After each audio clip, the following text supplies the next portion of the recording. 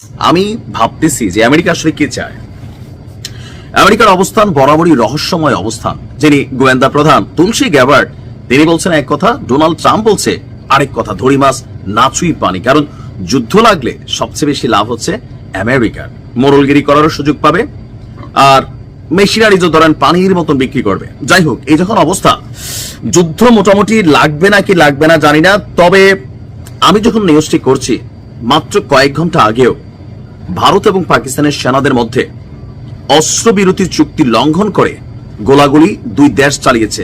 তাও একটা না, 3টা সীমান্তে এই গোলাগুলির ঘটনা ঘটলো মাত্র 12 থেকে 14 ঘন্টার মধ্যে। আর এতে উত্তেজনা ছড়িয়ে পড়ছে যে যুদ্ধ কি আসন্ন। দর্শক, পাকিস্তানের বিরুদ্ধে আপনার অস্ত্রবিরতি লঙ্ঘন করে নিয়ন্ত্রণ রেখা মানে এলওসিতে গুলি চালানোর অভিযোগ করেছে ভারত। জবাবে তারাও পাল্টা গুলি চালিয়েছে। তাদের বক্তব্য, প্রথম গুলিগুলো পাকিস্তান থেকে আসছে, দ্বিতীয় গুলিগুলো তারা চালাইছে। যেটি হোক, তারা চালাইছে, পাকিস্তান চালাইছে। আপনার ভারতের গণমাধ্যম এনডিটিভি এবং টাইমস অফ ইন্ডিয়া সহ একাধিক গণমাধ্যমের খবর হচ্ছে, অস্ত্রবিরতি লঙ্ঘন করে রাতে কাশ্মীর নিয়ন্ত্রণ রেখায় গুলি চালিয়েছে পাকিস্তানি সেনারা। জবাবে পাল্টা গুলি চালিয়েছে ভারতীয় সেনারা।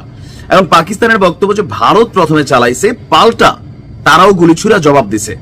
ভাই, যে দেশের খবরই সত্যি হোক, বাট গুলি চলছে, দ্যাটস দ্য ফ্যাক্ট। সেনাবাহিনীর বিবৃতির বরাত দিয়ে প্রতিবেদনগুলোতে বলা হয়েছে যে এছাড়া গোলাগুলি হয়েছে লাদাখ সীমান্তেও। লাদাখে আবার আরেক ভেজাল আছে। সেখানে অলরেডি ভারতীয় সেনাবাহিনী চীনের সাথে প্রতিদিনই 2-4 বার ধাক্কাধাক্কি হয়, গায়ে পানিতে আবার চুবাচুবি হয়, কষ্ট হয়। এমনকি লাদাখে অনেকবার ভারতীয় সেনারা হ্যস্তন্যস্ত হয়েছে চীনাদের কাছে। আবার ওই সীমান্তে পাকিস্তানের সাথে আপনার রাতে গোলাগুলি হয়েছে। তবে এখন পর্যন্ত দুই পক্ষের গোলাগুলিতে কতজন সেনা আহত হলো, নিহত হলো, এমন কোন তথ্য কোন জায়গা থেকে পাওয়া যায়নি। এছাড়াও দিবাগত রাতে কাশ্মীরের নিয়ন্ত্রণ রেখা বরাবরও গোলাগুলি হয়েছে।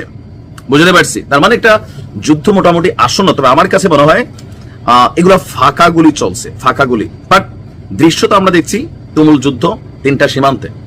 এখন যতক্ষণ এখানে সেনাবাহিনী, ধরেন আমরা একটা মারলাম আসমানে, তারা একটা মারলো আসমানে, এরকম টাইপের, নাকি আসলে পার্সন টু পার্সন, এত দূরে কি গুলি যাবে না, এগুলা মিসাইল টিসাইল ইউজ করতে হবে। যাই হোক, এই পরিস্থিতিতে আপনার দুই দেশের চলমান উত্তেজনার মধ্যে আমেরিকার প্রেসিডেন্ট ডোনাল্ড ট্রাম্প তিনি বলছেন যে দ্রুত সমাধান খুঁজতে হবে।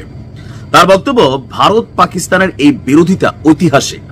সে আরো বেশি যোগ করে দিয়েছে, বলছে ভারত পাকিস্তান নিজেরাই কোনো না কোনো ভাবে এটি মিটিয়ে নিবে, এদিকে আবার কনফিডেন্স আছে। এরপর তিনি বলছেন, কাশ্মীরের যুদ্ধ তো শতাব্দী পুরনো, শতবর্ষ পুরনো এই যুদ্ধ। আমি ভারতেরও খুব কাছের, আবার পাকিস্তানেরও। তারা নিজেরাই আপনার সমাধান বেরও করে নিবে। এদিকে আপনার এই দুই দেশের উত্তেজনায় মধ্যস্থতার আগ্রহ প্রকাশ করেছে ইরান। দেশটির পররাষ্ট্রমন্ত্রী আব্বাস আরাকচি বলছেন, দূতাবাসের মাধ্যমে কঠিন সময়ে উভয় পক্ষের মধ্যে বোঝাপড়া করতে চায় তেহরান। এমনকি অন্য প্রতিবেশীর মতো উভয় পক্ষের মধ্যস্থতা করার অগ্রাধিকার তেহরানেরও রয়েছে। তবে পাল্টাপাল্টি পদক্ষেপ নিয়ে আপনার উত্তেজনা বাড়িয়ে চলছে দুই দেশই। আর আমরা যদি দেখি, এ নিয়ে মোটামুটি একটা অস্থির পরিস্থিতি এখানে তৈরি হয়েছে। আমার যতটুকু ক্যালকুলেশন, পারসেপশন বলছে এই যুদ্ধ হবে না, পাকিস্তান কোথাও না কোথাও থেমে যাবে ভারতের আগে। এটা আমার পারসেপশন বলছে। নানান কারণ আছে। আপনার কাছে এখন মনে হবে, হ্যাঁ ভাই তুই ভারতের পক্ষে, নো, আপনি দেখবেন পাকিস্তান আগে থেমে যাবে। ভালো থাকুন।